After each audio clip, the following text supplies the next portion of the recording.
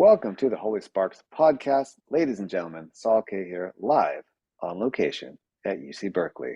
And I'm really excited about this interview. It's going to be on the shorter side because we have a lot of content we want to get to. But without further ado, let me go ahead and edify the man properly.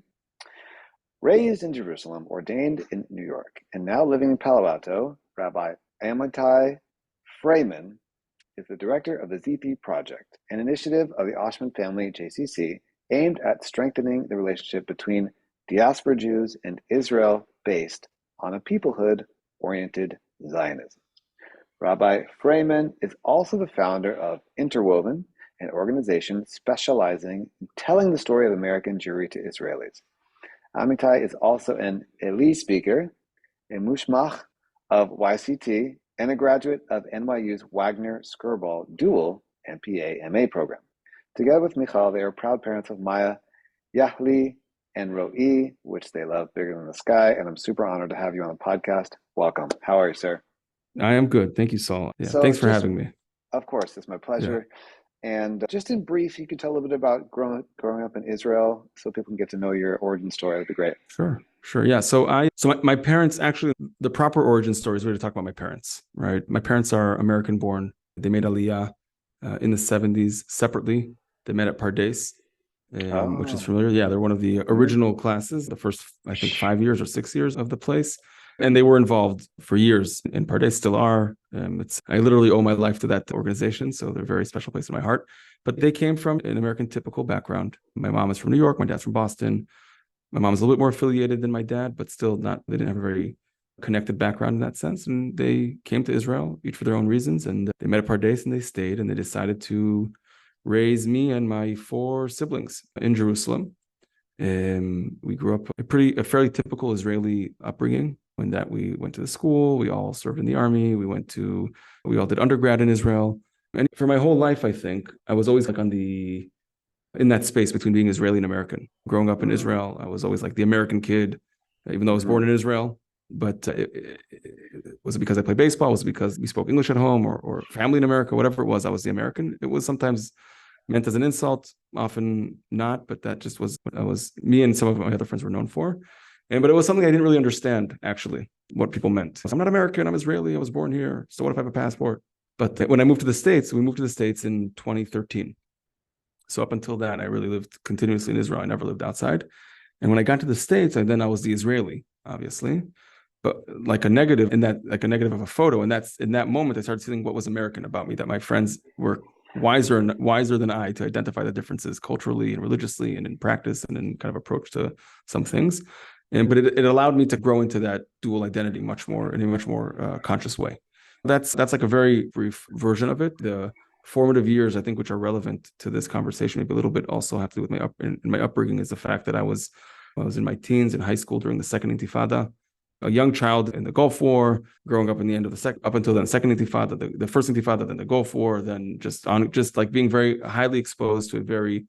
It's now in this moment where we're talking now with this war raging in Israel, it feels almost, I wouldn't say quaint, but it doesn't feel as, it was at least equally dramatic, if not in some ways. But anyway, that kind of really left a very deep imprint on not only me, but an entire generation. And how were you during the second Intifada? So I was all high school, 9th through 12th grade. High school. Yeah. Okay. And then you went straight into the service, but you missed that period in the actual army? Or? So I first went to Yeshiva, I went to Mala Gilboa. I did a gap year. Amazing, incredible place. It's a framework for those who are not familiar, who you can postpone your army service in Israel either for a year or several, depending on the framework. This one's modeled after the kibbutz model. So it's not necessarily a religious one. So many secular folks who choose this route would go work on a kibbutz, live in a kibbutz for a year, go into the army, then come back and work on the kibbutz and go into the army again. So they grafted that into a yeshiva model. So you go and you study, you go to the army, then you go back to study, then you go back to the army. So you end up doing a full 3-year service and 2 years in yeshiva. So it's quite a long process. It's like almost like Forrest Gump. When you watch that movie, he's like accidentally in all the most like historic moments, right? Like he's everywhere all the time. So like in Israel, you can't live a decade without some kind of dramatic. So coming of age in the second Intifada, earlier the Rabin assassination, then the second Intifada, then in the army there was the disengagement from Gaza and the second Lebanon war. And my last week in the service was Operation Castellet. So the first time since Israel's left Gaza and went back for a full-on military operation was the last weeks of my army service. So I was there as a tank commander in the northern parts of the region there. So did I miss the Second Intifada as a soldier? Yes. Was I exposed to other things? Also, yes. Wow. No, so it's so interesting. A lot of Israelis I know that grew up in Israel are more secular. That seems to be a little more common. So how was it for you having American-born parents that at Pardes, did you grow up religious, secular, a combination? Yeah, we grew up religious. It took me years to understand. In Israel, typically, folks were like what we would call here in the States modern Orthodox. In Israel, it's been co-opted now since some of the political parties, but it's called like Dati Leumi, so religious, or Dati Tzionist, religious Zionist, or religious nationalist. But the reality is that we never really fit into that rubric entirely. And I now know to say why, right? But like we weren't multi-generational in it. My parents didn't go to all the right yeshivot. They were, I'm a first generation observant Jew in my family. So a lot of catching up, a lot of learning. But my parents were always pushed for my sisters to achieve a higher education, and they never kept them or limited their access to any of that stuff. Of course, in the religious component, and my sisters would be better to tell this story, just women in the Orthodox community, there are limitations there in terms of dress code. But I grew up observant. By the way, a side note, none of my siblings are observant these days. I'm the last one, and I'm a rabbi, so I carry the weight for all of them. But we grew up in southern Jerusalem, like in Hartman type Anglo-Saxon, liberal, or modern Orthodox community. Yeah. Got it. But when you say Anglo-Saxon, you're meaning people are speaking English. Yeah, a lot of many of our friends grew up in our neighborhood where their parents were English speaking. We spoke Hebrew as kids, but there's a baseball league. I played baseball for 9 years. I followed American sports. And I know I said earlier, I didn't know what was American about me. That was besides the point. It's one thing, team affiliation in sports, but everybody follows a soccer team in Europe or somewhere else, right? So that doesn't count, but it was something deeper, something about the approach that was fundamentally different. Okay, so we're going to fast forward a little bit here. So now you're working as a rabbi in a JCC, which is a very unique type of gig.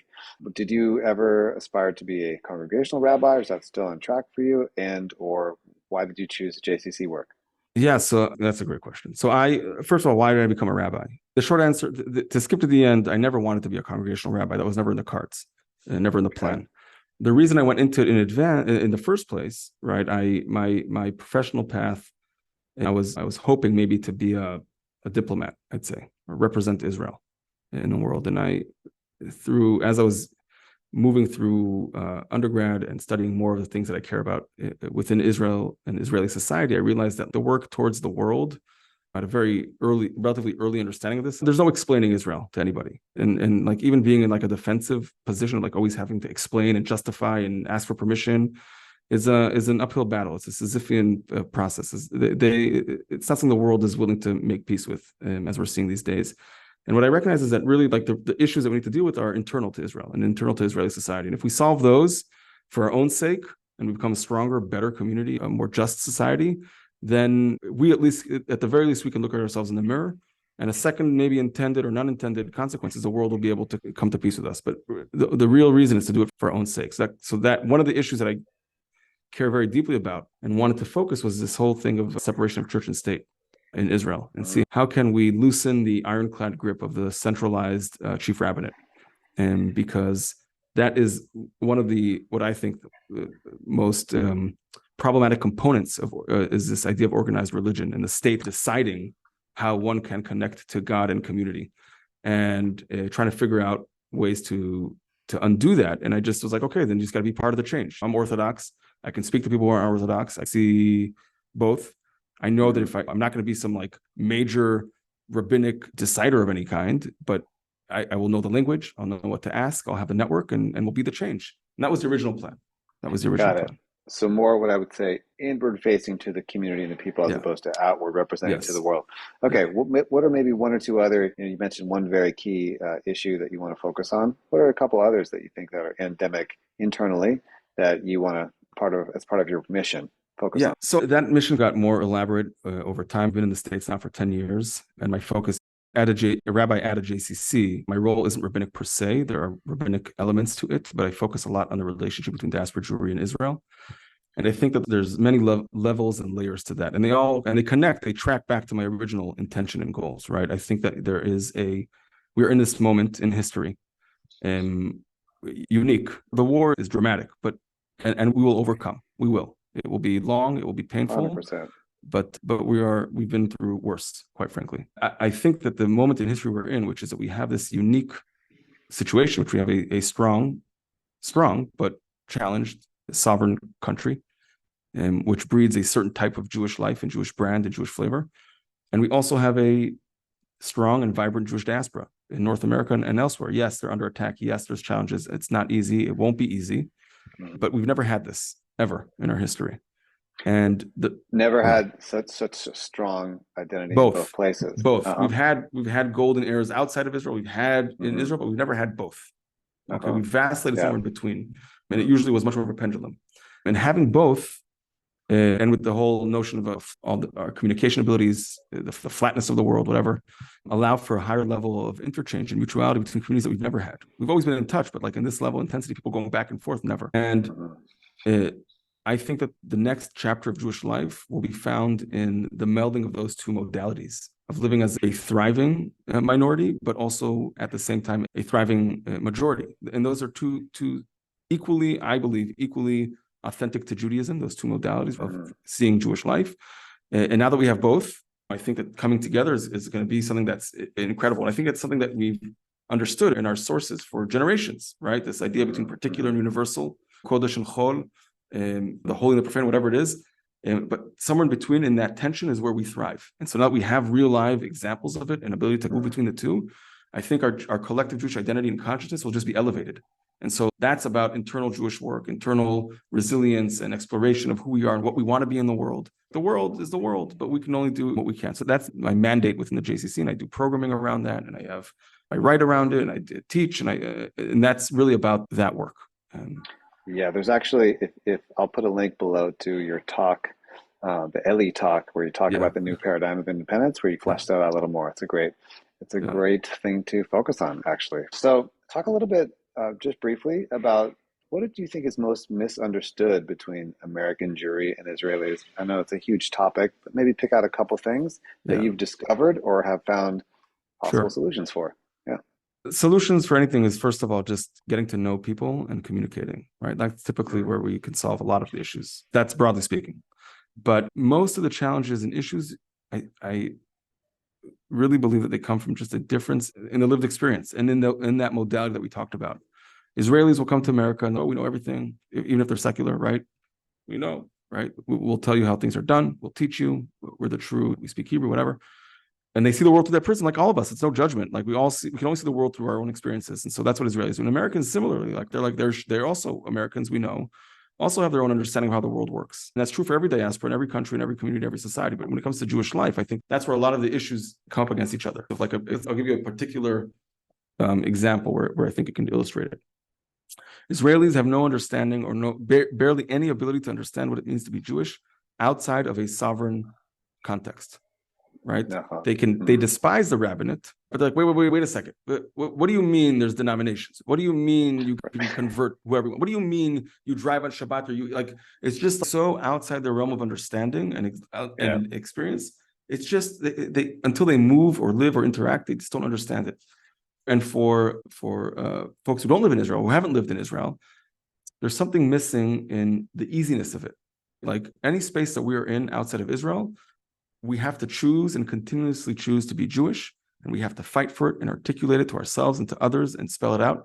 There are very few spaces, JCCs, camps, synagogues, schools maybe, but like we could just be Jewish, right? A good example is like when if you keep kosher, if you're in the supermarket, you got to check everything, but you go down the kosher aisle, you're just like, all right, just gonna knock things off the shelf. So the way how that influences your psyche and your approach is something that Israelis, they're like, yeah, of course. Americans don't fully understand like how to embody that always. And that's something that can be helped. And so I think when people interact and have these conversations about what it means and what it's like, we can enrich each other and really learn from each other and have a real chavuta about the meaning of Jewish and what it means to be Jewish in this world today.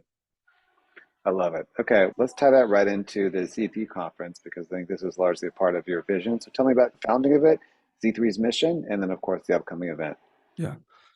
So the Z3 conference was started 9 years ago at the Oshman Family JCC. I wasn't involved at that point. It was like a very local initiative, came out of several experiences where it was clear that the community wanted a place where they can come together and have meaningful conversations. First, it was around the Iran deal, where they had pro and against the deal come together, and they had 800 people.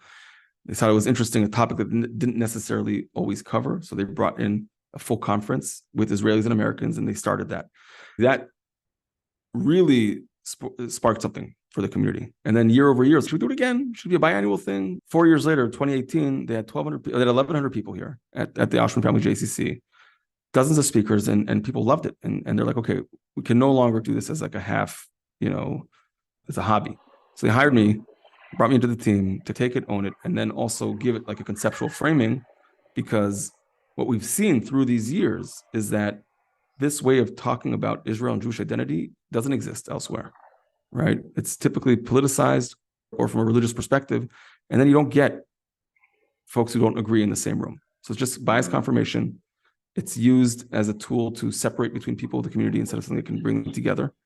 And so we worked hard in conceptualizing how does this type of engagement build communal identity, build communal resilience and connection.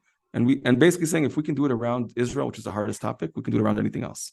So if we can get together a bunch of people, hundreds of people who disagree, they don't have the same lived experience, and we give them the framework and the language and the space to be seen, to be valued, and to express and learn together, then that community's identity and Israel and its relationship to it is in a way that's mutual, right? It's not one way. It's not, oh, Israel's the best thing in the world, but it's a fact of our life. And that over time will deepen the community's identity and the individual's identity. So that's like what the conference is a model of. And then we take that and we try to help other communities replicate it in their own context, right? If it's through JCCs, camps, educators, and whatnot. So the conference on Sunday, and every year the theme is appropriate to what's going on. We had one theme a month ago, and then unfortunately with all the ongoing nightmare, we had to shift very quickly and refocus the event. But fundamentally, in its core, it's about bringing people together. It's like a gym, a workout, right? You go to the gym, you do repetitions, it's like difficult to build muscle. So here you come in with difficult ideas and concepts with people you disagree, and you build resilience and you build empathy and you build the ability to sit together and have these meaningful conversations. And it's a shared experience, and shared experiences are important to create shared identity. And that's always like fundamentally at the core of what we're trying to do. And we just, different angles to reach that point. I love it. So what I'm hearing, what you're saying is C3 embraces a multiplicity of views on whatever the core topic is, which currently is Israel, right? And that may change throughout the years, but obviously there'll be a core component. So it's not just one view, right? Yeah. It's you're embracing a multiplicity, and people should expect that when they come, right? Yeah, for sure. So the core is always going to be like Israel, Zionism, Jewish peoplehood. But is it the war? Is it judicial reform? Is it Jewish identity? Is it like every year but we want to turn that relationship is something that's part of our annual life cycle of our community, and come to expect it. And yeah, certainly there's a range of opinions all the time, and people should expect one of our like 3 operating principles is unity but not uniformity. Right? I'm not looking to move people on some kind of scale this way, but actually just deeper, right? Just deeper and deeper in their knowledge and their appreciation of others and their own relationship. Yeah, I think that is so needed universally, certainly now more than ever. And so people can expect a few things just in terms of what's coming up. I know there's a plenary, there's going to be some music sessions, there's some breakout rooms, there's a closing service / concert that happens at the end that I'll be a part of.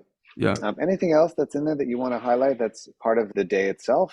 Yeah, the speakers are going to be talking about the geopolitical element, the legal components. They're going to talk about what's going on campus. We're going to have sessions that are more like heady and intellectual, and also more emotional kind of process spaces or ways to express ourselves differently. There'll be food, of course, but it's really about coming together. By the way, we're already at over 900 people who are showing up in person, with several hundred online, and which means that for the opening plenary, we'll have like a spillover room where people will watch the plenary live, just not in the same room. But for the rest of the day, all the breakouts can hold. Our campus capacity is more than just what our main hall can hold. I just want to that, and the price, and for this moment, the theme is Stronger Together, and we reduced the prices to $36 because we want everybody to come. Okay, the program's the same high level program, high level quality. You get the same kind of experience, but we really think this is a moment to be together and try to heal, quite frankly. Oh man, absolutely, yeah, double high. Okay.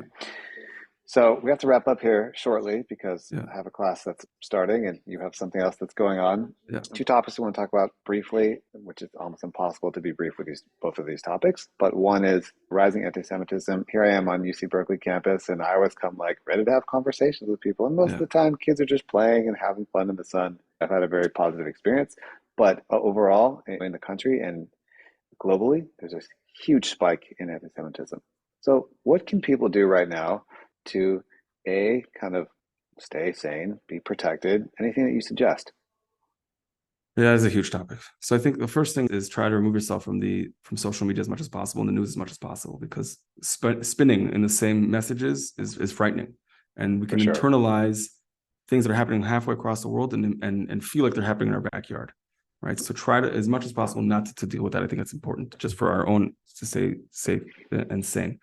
Two, be careful. Be aware, be aware of your surroundings. And I'm not saying, God forbid, we should hide who we are, but that doesn't mean we should be overly confident. And just be careful. Like, really be careful, and don't put yourself in situations that are, be wise, right? What is it? Like a smart person knows how to get himself out of a difficult situation, and a wise person knows how to avoid them in the first place. Don't remove your mezuzot at all. You know, we have to be proud of who we are. We've fought very long and very hard as a people to be in this moment where we can, like, Zionism really is about Jewish self-determination. And that means that we get to be who we are, where we want, and on our own terms. And no one else can determine that for us. And guess what? Anti-Semitism has been around. It's a sickness of humanity. It's this need to hate. And the best that we can do to counter it is just love to be Jewish, love Judaism, speak up for our people, be united, come together in community. And that's my go-to. That's my two things. Yes, I love it. I heard one rabbi say, Rabbi Dov Ber Pinson, that watching those horrible videos over and over, it's just re-traumatizing yourself, right? If you saw a little bit, that's all. That's probably enough. You don't need to rewatch that. Yeah. And then secondly, for me, there's a palpable feeling of the spirit of Am Yisrael that has been awoken. Not that it was ever necessarily asleep, but it's really this physical feeling for me. And when we're in community, I think if you are feeling that, then great, give back to your community. Come be with community. I told people we need to extend the Hanukkah year. One more year. One more year, it'll be good. Yeah. Okay. Yeah. Last but not least, first of all, I appreciate your time. I know you're very busy this week, and we'll do a longer one another time. Last but not least, this is the question I always ask people on the Holy Sparks podcast. What's the Jewish world need now most, and why? That's a big one. We need a clear sense of our, I don't know how to articulate this correctly. I think for me, it's about not being distracted by the noise and being clear about the justness of our cause. Okay, as a people, and the world is screaming at us and telling us, that we are in the wrong. We're in the wrong in Israel. We're in the wrong outside of Israel, and that can be very destabilizing. We're being gaslit left, right, and center.